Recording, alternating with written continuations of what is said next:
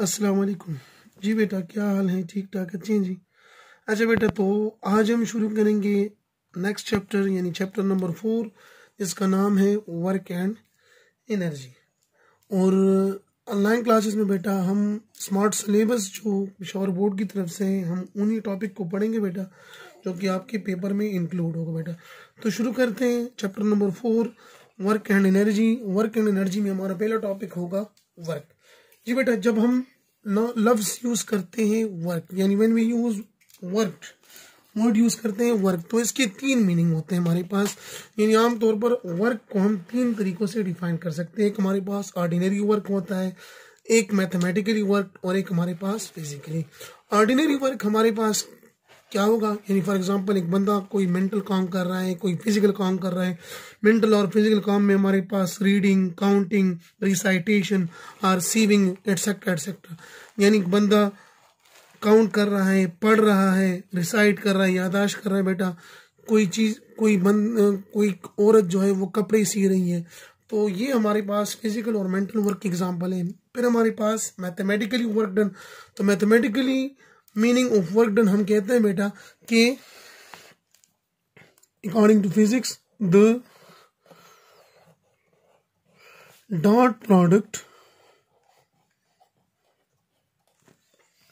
Of force and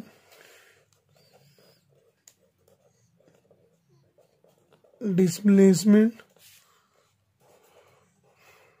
called work done। यानी W is equal to F dot D. अब dot product किसे कहते हैं हम चैप्टर नंबर 2 में पढ़ चुके हैं कि when we multiply 2 vectors and as a result we get a scalar quantity, तो इस किस्म के प्रोडक्ट को हम कहते हैं डॉट प्रोडक्ट और स्केलर प्रोडक्ट। तो this is mathematical definition of work done, यानी when we multiply force with displacement we get work done. This is mathematical meaning of work done. फिर हमारे पास फिजिकल मीनिंग। तो फिजिकल मीनिंग यानी हम physics में work done किस तरह डिफाइन करते हैं।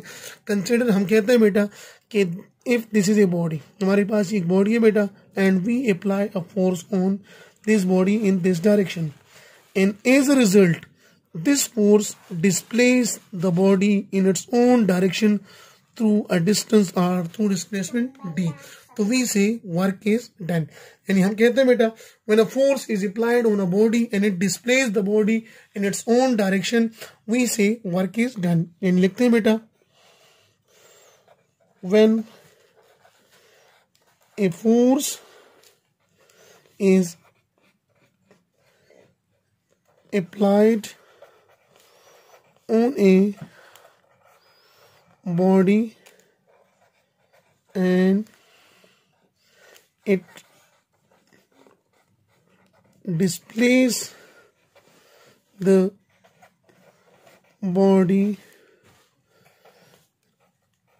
and it displaces the body in its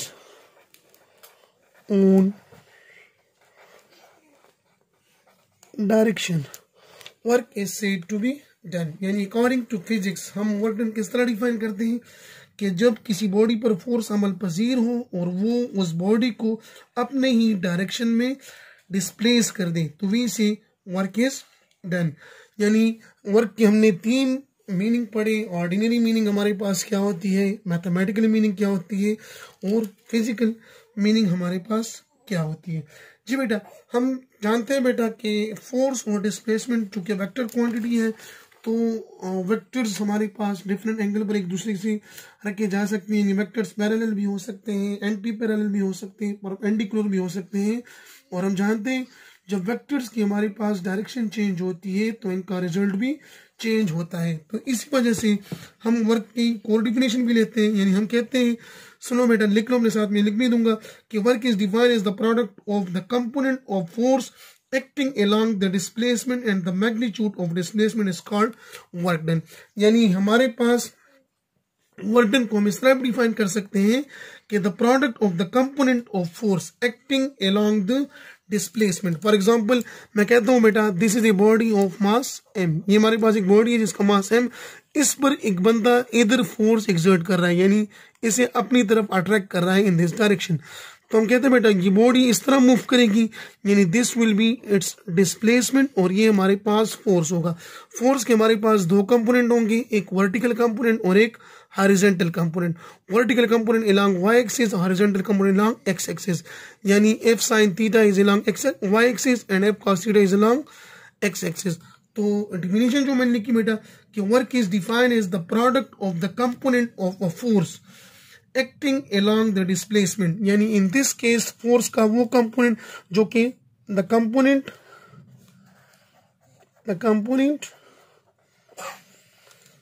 of force acting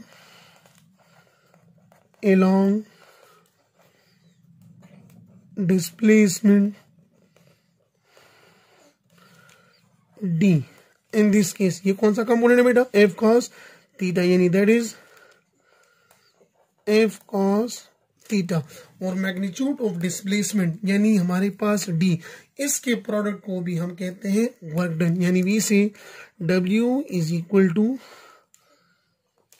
f cos theta into d, जिससे हम लिख सकते हैं F D cos of theta.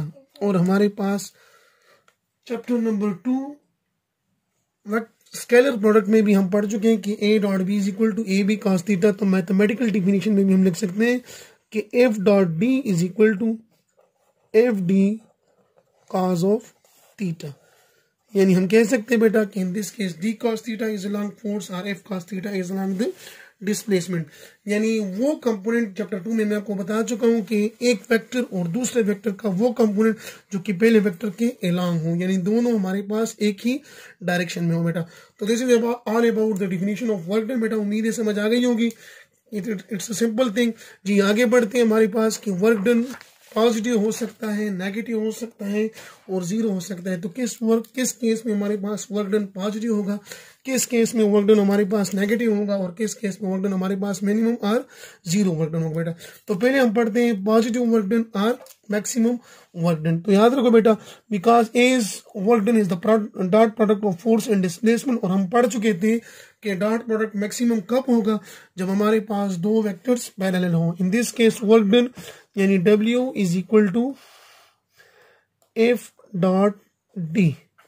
In this case the work done is the product of force and displacement, यानी force vector and displacement vector। तो हम कहेंगे बेटा कि when force is parallel to displacement, angle क्या बनेगा बेटा, zero. when force is parallel to displacement theta will be zero, then in this case W is equal to F D cos of 0 degree, and we know that cos 0 is equal to 1, so W is equal to FD into 1, W is equal to FD। तो this is known as positive work done or maximum work done। इसके example हमारे पास क्या होंगे बेटा कि when we push a chair, जब हम चेयर को पुश करेंगे बेटा, यानी for example this is a person, ये हमारे पास पर्सन है बेटा, और ये किसी टेबल को पुश कर रहा है बेटा इस डायरेक्शन में, और टेबल जो है इसी डायरेक्शन में डिस्प्लेस हो जाए बेटा। इन दिस केस तो हमारे पास ये फोर्स भी इस डायरेक्शन में और डिस्प्लेसमेंट भी इस डायरेक्शन में। तो इन दिस केस दोनों हमारे पास एक ही डायरेक्शन में, इनके दरमियान एंगल 0 डिग्री। तो इस केस में हमारे पास जो वर्क डन होगा this will be positive work done और मैक्सिमम वर्क डन। जी वर्क डन हमारे पास नेगेटिव कब होगा, तो जैसे कि हम पढ़ चुके हैं कि डॉट प्रोडक्ट नेगेटिव भी हो सकता है। तो वो क्या होगा हमारे पास कि व्हेन, यानी once again F W is equal to F dot D. तो इधर हमारे पास when F is anti parallel to displacement, जब फोर्स और डिस्प्लेसमेंट हमारे पास एंटी पैरेलल होंगे तो इन दिस केस थीटा हमारे पास क्या बनेगा बेटा, in this case theta will be 180 degree. तो वर्क डन हमारे पास बन जाएगा W is equal to F D cos of theta. In this case theta is equal to 180 degree put करते हैं बेटा, तो we write F D cos of 180, and cos 180 is equal to -1, तो W is equal to -FD। This is known as negative work done. और ये आप chapter number 2 के short question में भी पढ़ चुके हैं कि हमने एग्जाम्पल के तौर पे भी कहा था कि स्केलर प्रोडक्ट दो वेक्टर्स का नेगेटिव हो सकता है, कब? जब दोनों वेक्टर्स एंटी पैरेलल होंगे। और हमने एग्जाम्पल भी दी नेगेटिव वर्क डन की जी। और इस केस में हमारे पास नेगेटिव वर्क डन एग्जाम्पल क्या होंगे बेटा कि वर्क डन अगेंस्ट फ्रैक्शन, यानी work done against fraction and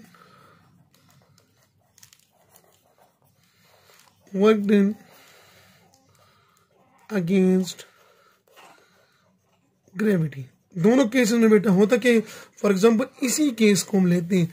अगर ये टेबल फ्लोर पे पड़े हो बेटा तो हम जानते हैं फ्लोर में हमारे पास फ्रैक्शन फोर्स मौजूद होगा। इस केस में फ्रैक्शन फोर्स इस डायरेक्शन में और बॉडी डिस्प्लेस हो रही है इस डायरेक्शन में, तो ये दोनों क्या है बेटा एंटी पैरेलल है, यानी थीटा इन दोनों के दरमियान 180 बनेगा। जैसे वर्क डन अगेंस्ट फ्रैक्शन, जो बंदा काम कर रहा है इसका वर्क डन पॉजिटिव है, लेकिन वर्क डन अगेंस्ट फ्रैक्शन हमारे पास क्या बेटा नेगेटिव। सिमिलरली अगर हम कुएं से बकेट निकाले बेटा, कुएं से पानी निकालना चाहे बेटा, तो हम जो वर्क डन करते हैं हमारा वर्क डन तो होता पॉजिटिव है। For example this is a well, ये हमारे पास कुआं है बेटा और इधर एक बंदा है बेटा, वो कुएं से पानी निकालना चाहता है इधर से। तो ये जिस डायरेक्शन में फोर्स एक्सर्ट कर रहा है बकेट भी उसी डायरेक्शन में जा रही है बेटा, तो इस बंदे का वर्क डन तो हमारे पास पॉजिटिव है, लेकिन हम जानते हैं कि इधर हमारे पास एक और फोर्स इन्वॉल्व होगी जिसे हम कहते हैं फोर्स ऑफ ग्रेविटी। ये ब्लू से जो आपको दिखाई दे रहा है बेटा, तो work done against gravity and work done against the friction is an example of negative work done जी। वर्क डन हमारे पास जीरो कब होगा, तो जीरो वर्क डन हम कहते हैं बेटा, यानी हम पढ़ भी चुके हैं चैप्टर 2 में कि हमारे पास दो वेक्टर्स का स्केलर प्रोडक्ट जीरो कब होता है, when two vectors are perpendicular to each other. तो W is equal to F.D। In this case when force is perpendicular to displacement, in this case theta will be 90 degree. तो force और displacement के दरमियान angle हमारे पास 90 degree होगा।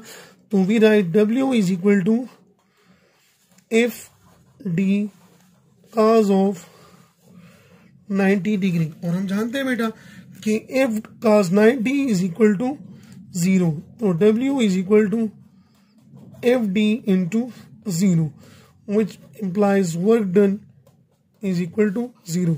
तो this is the example of, यानी this is then in this case work done will be negative कब, जब हमारे पास फोर्स और डिस्प्लेसमेंट परपेंडिकुलर हो। इसकी एग्जांपल हमारे पास क्या होंगे बेटा, when a man try to push a wall, यानी फॉर एग्जांपल ये हमारे पास ये बेटा, इसकी एग्जांपल एक ये हमारे पास कि ये फोर्स है बेटा और हमारे पास कोई इन this case displacement is 0, this is wall. तो वर्क डन फोर्स हमारे पास है लेकिन कोई डिस्प्लेसमेंट नहीं है, तो वर्क डन हमारे पास 0। या आप कहते हैं बेटा कि for example this is a person और उसके हाथ में क्या है बेटा सूटकेस और वो इस तरह जा रहे हैं बेटा, तो इन दिस केस ये डिस्प्लेसमेंट और फोर्स ऑफ ग्रेविटी हमारे पास डाउनवर्ड विच इज वेट। तो इन दिस केस यानी ये हमारे पास थीटा वंस अगेन 90 बनेगा। तो आप सूटकेस को अपने हाथ में उठाते हो या दीवार पर फोर्स लगाते हो, तो these both are the example of zero work done. यानी होल्डिंग अ चेयर अप, आप एक चेयर को ऊपर उठाते हो, तो इस केस में आपने चेयर फिजिकली तो हम काम कर रहे हो लेकिन फिजिक्स की इस्तिलाह में आप कोई काम नहीं करें, क्योंकि देर हमारे फोर्स और displacement in this case force and displacement are perpendicular to each other. आप चेयर को उठाते हो बेटा तो चेयर की वेट जो है वो डाउनवर्ड होती है और आप लेफ्ट जाते हो या राइट जाते हो, दोनों केसेस में फोर्स और डिस्प्लेसमेंट परपेंडिकुलर होते हैं एक दूसरे को। तो थीटा इज इक्वल टू 90 और FD cos थीटा हमारे पास यानी cos 90 बनेगा, तो वर्क डन विल बी 0 जी। ये तो थे हमारे पास कि force positive, work done positive कब होगा, नेगेटिव कब होगा और मिनिमम कब होगा। अब आते हैं यूनिट्स ऑफ वर्क डन की तरफ। तो जैसे हम जानते हैं बेटा W is equal to FD, तो ऐसा यूनिट इसके होंगे, फोर्स की यूनिट हमारे पास क्या होते हैं बेटा ऐसा न्यूटन, डिस्प्लेसमेंट के मीटर, और न्यूटन इंटू मीटर को हम नाम देते हैं बेटा SI joule, in the honour of Joule scientist हमारे पास। 1 जूल वर्क डन किसके बराबर होगा, यानी work done will be 1 joule. when we applied a force of 1 Newton and it displaced the body through 1 meter। यानी हम कहते हैं बेटा कि consider this is a body, इस पर फोर्स हम एक्सर्ट करते हैं बेटा, वो फोर्स है 1 न्यूटन, और इस फोर्स के रिजल्ट में ये बॉडी डिस्प्लेस होती है। कितना डिस्टेंस ट्रेवल करती है बेटा? 1 मीटर। तो इस केस में जो वर्क डन हमारे पास होगा, this work done will be 1 joule. तो ऐसा unit of work done is joule, and joule is equal to newton into metre. और अगर आपसे कहें बेटा कि unit of work done in terms of base quantities, तो फिर आपने न्यूटन मीटर नहीं लिखना, न्यूटन, क्योंकि न्यूटन हमारे पास ऐसा यूनिट है लेकिन बेस नहीं है।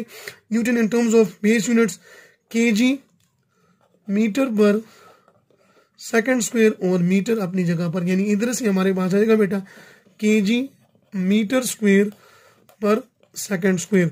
तो this is the base unit of work done, यानी unit of work done in terms of base units kg metre square पर सेकंड स्क्वायर। और इधर से हम इसके डायमेंशन भी लिख सकते हैं बेटा, यानी dimension of work done, dimensions के लिए क्या होते हैं हमारे पास? सबसे पहले उसकी यूनिट्स को आपने इन टर्म्स ऑफ बेस यूनिट लिखा है बेटा, जो कि इधर हम लिख चुके हैं, यानी 1 joule is equal to newton into metre which is equal to KG metre square पर सेकंड स्क्वायर। तो केजी की जगह हम डायमेंशन में क्या यूज करते हैं बेटा? कैपिटल एम, मीटर स्क्वायर की जगह एल स्क्वायर, और टी स्क्वायर है हमारे पास, तो T minus square. This is dimension of force. तो ऐसा यूनिट में फोर्स के dimension newton metre in terms of base units kg metre square पर सेकंड स्क्वायर। हमारे पास एक और यूनिट भी है बेटा in terms of CGS system. CGS system में वर्क डन की यूनिट क्या होते हैं बेटा? यानी यूनिट ऑफ वर्क डन उधर हमारे पास कहलाता है बेटा अर्ज, और 1 अर्ज बराबर होता है बेटा 10 टू पावर माइनस 7 जूल। यानी हम लिख सकते हैं बेटा कि 1 joule is equal to 10 to power 7 erg. ये किस तरह आता है बेटा? We know that 1 joule is equal to 1 newton into 1 metre. अब 1 न्यूटन में कितने डायन होते हैं? 10 टू पावर 5 डायन। और 1 मीटर में कितने सेंटीमीटर होते हैं? 10 टू पावर 2। तो डायन इंटू सेंटीमीटर, तो 10 टू पावर 5 और 10 टू पावर 2 से क्या आएगा हमारे पास? 10 टू पावर 7। तो 10 टू पावर 7 डायन इंटू सेंटीमीटर हमारे पास बराबर होते हैं अर्ज की। तो 1 joule is equal to 10 to power 7 erg. This is the unit of work done in terms of CGS system. जी बेटा, उम्मीद है वर्क डन पे आपका कोई क्वेश्चन नहीं होगा। If you have any question then you can ask me. जी बेटा, तो हमारे पास हमने पढ़ लिया कि what is work done, work done की डिफिनेशन पढ़ी, मैक्सिमम वर्क डन कब होगा, मिनिमम कब होगा, नेगेटिव वर्क डन हमारे पास कब होगा, units of work done, dimensions of work done, units of work done in terms of base units, unit of work done in terms of CGS system. अब आगे हम पढ़ेंगे बेटा work done by constant force और work done by variable force, क्योंकि हम जानते हैं बेटा कि वर्क डन की नेसेसरी चीज हमारे पास क्या है बेटा कि देयर विल बी फोर्स, और इस फोर्स की वजह से डिस्प्लेसमेंट होगी, तब हमारे पास वर्क डन होगा। अब चूंकि फोर्स हमारे पास वेक्टर क्वांटिटी है, तो वेक्टर क्वांटिटी हमारे पास कांस्टेंट भी हो सकती है और वेरिएबल भी हो सकती है। तो फोर्स हमारे पास कांस्टेंट कब होगा बेटा? मैं आपको बता चुका था चैप्टर में 2 में वेक्टर्स में हम डिटेल से डिस्कस कर चुके हैं कि फोर्स हमारे पास यानी इट्स अ वेक्टर क्वांटिटी, ये हमारे पास कांस्टेंट तब होगा, यानी फॉर एग्जांपल मीनिंग तो बेटा ये फोर्स, दीज आर 3 फोर्सेस, इसका मैग्नीट्यूड 2 न्यूटन, इसका 3 न्यूटन और इसका 4 न्यूटन। तो इसकी डायरेक्शन तो सेम है लेकिन मैग्नीट्यूड चेंज हो रहे हैं हमारे पास। अब मैं ये लूं बेटा कि 2 न्यूटन, ये हमारे पास 2 न्यूटन और ये फोर्स भी 2 न्यूटन। तो इन दिस केस ये नीचे जो है बेटा इन मैग्नीट्यूड सेम है लेकिन डायरेक्शन चेंज हो रही है। तो ये दोनों फोर्सेस जो हमारे पास है, यानी ये वाले फोर्सेस जो है ये हमारे पास कांस्टेंट फोर्स नहीं है, these are variable force. Force is a vector quantity, और वेक्टर हमारे पास कांस्टेंट तब होगी कि ना इसका मैग्नीट्यूड चेंज हो और ना इसकी डायरेक्शन, यानी वो फोर्स जिसका मैग्नीट्यूड भी कांस्टेंट रहे और जिसकी डायरेक्शन जो है बेटा वो भी सेम या कांस्टेंट रहे, यानी उसमें कोई चेंजेस ना हो। तो इस फोर्स की वजह से जो वर्क डन होगा उससे हम कहेंगे work done by constant force. Work done by constant force को हम ग्राफिकली भी कैलकुलेट कर सकते हैं और मैथमेटिकली भी कैलकुलेट कर सकते हैं। फॉर एग्जांपल आप कहते हैं बेटा हमारे पास दो डिफरेंट पॉइंट्स हैं, A B C and D. A और बी के दरमियान फोर्स हमारे पास 2 न्यूटन, बी और सी के दरमियान फोर्स हमारे पास 2 न्यूटन, सी और डी के दरमियान फोर्स हमारे पास 2 न्यूटन। इधर डिस्प्लेसमेंट 2 मीटर, इधर डिस्प्लेसमेंट 2 मीटर, इधर displacement 2 metre. Work done by constant force यानी हमारे पास 4 पॉइंट्स हैं, ए बी सी और डी, यानी ए से बी तक हमारे पास हम वर्क फोर्स एग्जर्ट करते हैं 2 न्यूटन और डिस्प्लेसमेंट 2 मीटर। इधर भी फोर्स 2 न्यूटन, इधर भी फोर्स 2 न्यूटन, और तीनों केसेस में हमारे पास फोर्स की डायरेक्शन सेम। तो इस वर्क डन को यानी इस फोर्स की वजह से जो वर्क डन होगा उससे हम कहेंगे बेटा work done by constant force. और एक एग्जांपल हमारे पास फोर्स ऑफ ग्रेविटी, यानी फोर्स ऑफ ग्रेविटी हम किसे कहते हैं, the force with which earth attract the bodies toward its centre, यानी फोर्स ऑफ ग्रेविटी हमेशा हमारे पास डाउनवर्ड होगी बेटा। आप किसी भी चीज को फेंको बेटा तो फोर्स ऑफ ग्रेविटी हमेशा हमारे पास कांस्टेंट होती है, यानी weight W is equal to mg, mass भी चेंज नहीं होता, और जी हमारे पास 9.8 मीटर पर सेकेंड स्क्वायर। तो फोर्स ऑफ ग्रेविटी, इसी तरह हमारे पास अगर स्ट्रिंग है बेटा उसमें जो टेंशन पाई जाती है, tension in the string, in this case इसका मैग्नीट्यूड भी सेम और डायरेक्शन भी सेम। तो work done by gravity, force of gravity और tension in a string is an example of work done by constant force. और work done by constant force को हम graphically किस तरह कैलकुलेट कर सकते हैं। फॉर एग्जांपल हमारे पास along x एक्सिस हमारे पास डिस्प्लेसमेंट और along y एक्सिस हमारे पास फोर्स। तो कांस्टेंट फोर्स हमारे पास क्या होगा बेटा कि फोर्स की वैल्यू हमारे पास चेंज ना हो, दिस इज कांस्टेंट फोर्स। और ये एरिया जो है बेटा, यानी area under force and displacement time graph जो है, यानी वो एरिया जब फोर्स हमारे पास कांस्टेंट हो और उसकी वजह से बॉडी डिस्प्लेस हो बेटा, तो ये एरिया जो है बेटा, this area will be equal to work done, जो कि इस केस में हमारे पास क्या बेटा रेक्टेंगल है। In this case work done will be equal to length cross width. तो ये हमारे पास होगा work done by constant force. जी हमारे पास है बेटा यानी work done by variable force. Work done by constant force हम पढ़ चुके हैं, यानी वो फोर्स जिसका ना मैग्नीट्यूड चेंज हो और ना डायरेक्शन चेंज हो उसको हम कहते हैं कांस्टेंट फोर्स। अब work done by variable force यानी वो फोर्स जो कि हमारे पास वेरिएबल हो। इसका मतलब वेरिएबल किस सेंस में हो सकता है बेटा, किस सेंस में हो सकता है, इसका मैग्नीट्यूड अगर सेम हो लेकिन डायरेक्शन चेंज हो तो वो भी वेरिएबल फोर्स होगा, और इसका मैग्नीट्यूड चेंज हो और डायरेक्शन सेम हो तो वो भी वेरिएबल होगा। यानी मैग्नीट्यूड सेम, डायरेक्शन चेंज तो variable force, magnitude different, direction same तो भी हमारे पास वेरिएबल फोर्स होगा। यानी मैग्नीट्यूड चेंज हो और डायरेक्शन सेम रहे, या मैग्नीट्यूड सेम रहे और डायरेक्शन चेंज हो, दोनों केसेस में फोर्स वेरिएबल होगा। या मैग्नीट्यूड भी चेंज हो और डायरेक्शन भी चेंज हो तो वो फोर्स हमारे पास वेरिएबल फोर्स होगा। और ये फोर्स जब कोई वर्क डन करेगा बेटा तो उस वर्क डन को हम कहेंगे work done by variable force. Consider हम कहते हैं हमारे पास 2 पॉइंट्स हैं, यानी we have to move a body from A to B. हमारे पास इधर एक बॉडी है बेटा और इसे हम लेके जाना चाहते हैं बेटा ए से बी की तरफ।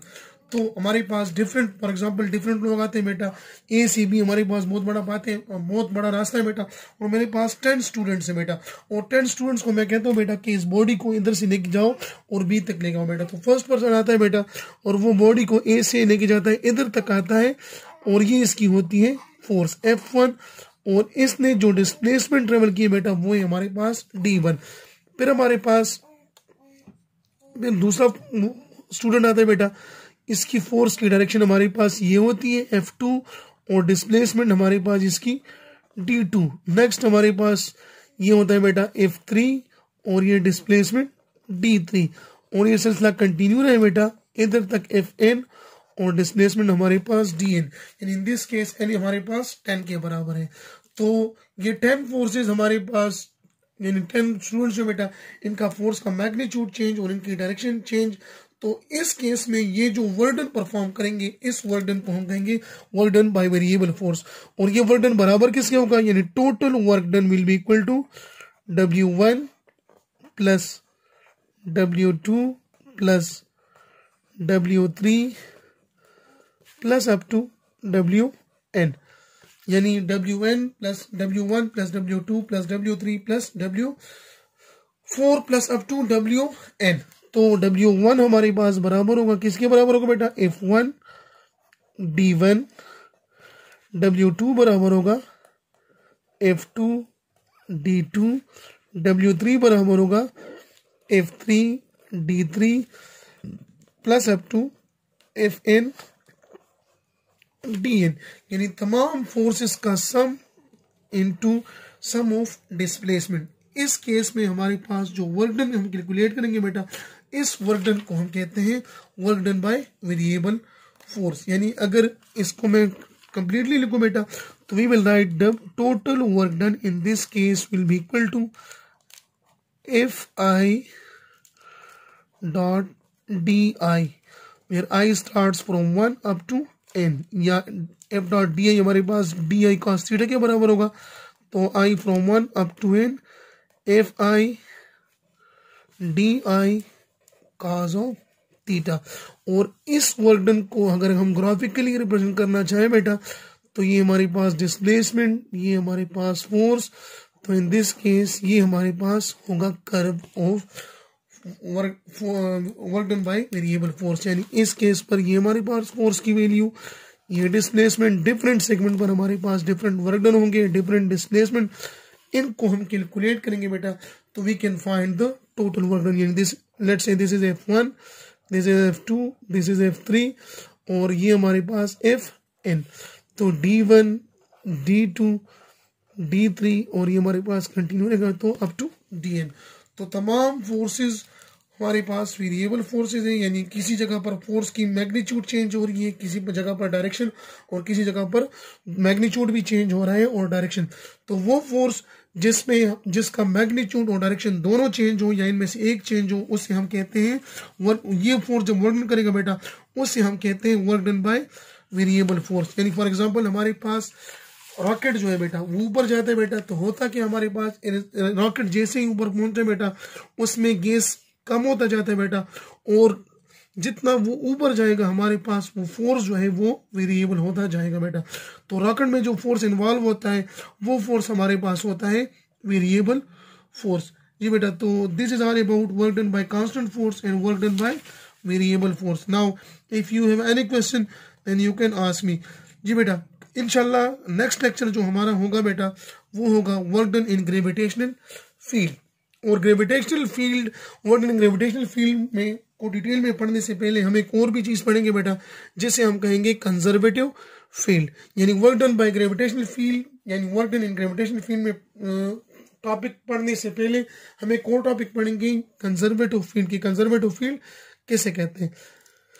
तब तक के लिए अल्लाह हाफिज।